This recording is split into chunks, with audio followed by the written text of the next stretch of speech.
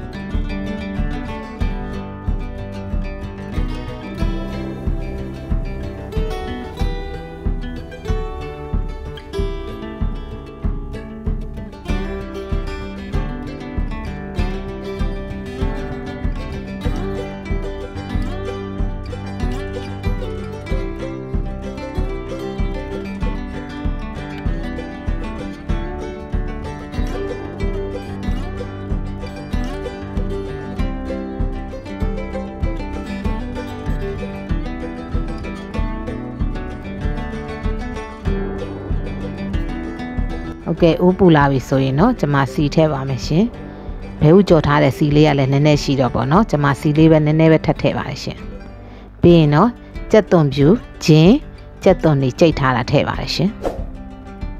ပြီးရင်เนาะမှွေပေးပါမယ်ရှင်စနွင်းတော့မထည့်တော့ပါဘူးเนาะ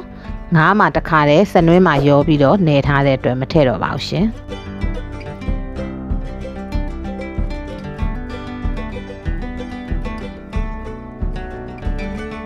ပြီးရင်တော့ကျွန်မမြင်ငပိအရင်ထည့်ပါတယ်ရှင်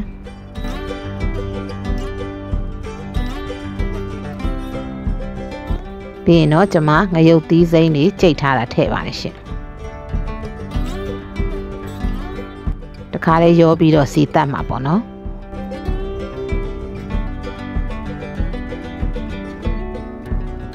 ပြီးသွားရင်တော့ကျွန်မငါးတွေထည့်ပါတယ်ရှင်ငါးတော့ကျွန်မငကြင်းအသုံးပြုထားပါတယ်ရှင်ပြီးရင်တော့တေချာလေးဟိုဘက်ဒီဘက်မှွေပြီးတော့လုံးပေးရပါမယ်ရှင်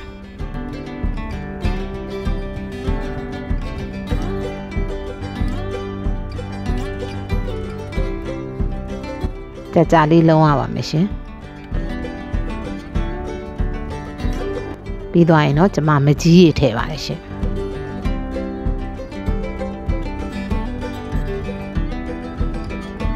ပြီးရင်တော့တေချာလေးဟိုဘက်ဒီဘက်လှန်ပြီးတော့မှွေပေးရပါမယ်ရှင်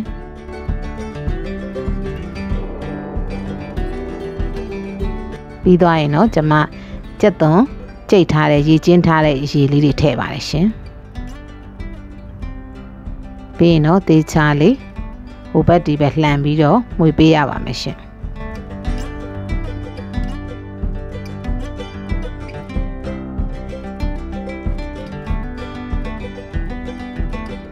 အရသာအတွက်ကျွန်မစားထည့်ပါတယ်ရှင်စားတော့အများကြီးမထည့်ပါဘူးเนาะနည်းနည်းပဲထည့်ပါတယ်ဘာလို့ဆိုတော့ညင်ငပိပါတဲ့အတွက်ငါးမှလည်းအရသာနေထားတဲ့အတွက်စားကိုကျွန်မနည်းနည်းပဲထည့်ပါတယ်ရှင်အချို့မှုန့်ကိုတော့မထည့်တော့ပါဘူးเนาะပြီးရင်တော့ကျွန်မအဖုံးအုပ်ပြီးတော့စူအောင်တဲပါမယ်ရှင်ဒီဟင်းလေးကလည်းထမင်းစားမိန်ပါတယ်เนาะဘာလို့ဆိုရခိုင်ချက်လေးဆိုတော့အချင်းလေးလည်းပါမယ်နောက်ပြီးတော့ဒီပင်စိမ်းလေးရဲ့အနှံ့လေးရဲ့ငရုတ်သီးစိမ်းရဆက်တာလေးရဲ့နဲ့ထမင်းစားလို့မိန်ပါတယ်ရှင်အရသာကျွန်မမြည်ကြည့်ပါတယ်ရှင်အရသာအချင်းကနည်းနည်းလေးလိုတဲ့အတွက်ကျွန်မမကြီးရထပ်ထည့်ပါတယ်ရှင်အခုဆိုရင်တော့နည်းနည်းလေးစူလာတဲ့အတွက်ဟိုဘက်ဒီဘက်လှန်ပေးရပါမယ်ရှင်ငပြာရည်ထည့်မချက်ရပါဘူးเนาะစားပဲထည့်ရပါမယ်ရှင်အရသာကျွန်မမြည်ကြည့်ပါတယ်ရှင်အဲ့ဒါလေးကိုပွက်အောင်လို့ကြာလေးတည်ပေးရပါမယ်ရှင်ဒီဟင်းလေးကကြတော့နော်ဟိုအရေနဲ့ဆိုရင်ပို့ပြီးတော့ကောင်းပါတယ်ရှင်စီပြန်မချပဲနဲ့လေအရေများများလေးနဲ့ပဲထည့်ရပါတယ်ရှင်ပြီးရင်တော့ကျွန်မပင်စိမ်းအုပ်ပါတယ်ရှင်အရေလေးကိုထမင်းမှာစမ်းပြီးစားလို့ရှင်တော်တော်စားကောင်းပါတယ်ရှင်ပြီးရင်တော့အဖုံးအုပ်ပြီးတော့တည်ပါတယ်ပင်စိမ်းရနံ့လေးကလည်းတော်တော်မှုေးတယ်ပေါ့နော်အခုနေထားလောက်ဆိုရင်တော့ရပါပြီရှင်ခုဆိုရင်တော့အရသာကောင်းမွန်နဲ့ငါးရခိုင်ချက်ဟင်းလေးတစ်ခွက်ရပါပြီရှင်ဟုတ်ကဲ့အခုလိုကျမရဲ့ဗီဒီယိုလေးကိုအဆုံးထိပြီးအောင်ကြည့်ရှုပေးတဲ့တယောက်ချင်းစီတိုင်းကိုအထူးပဲကျေးဇူးတင်ရှိပါတယ်ရှင်ကျမရဲ့ဗီဒီယိုလေးကိုကြည့်ရှုခြင်းနဲ့ဆိုရင်တော့ like and subscribe လေးလုပ်ပြီးတော့အားပေးခဲ့ကြပါအောင်နော်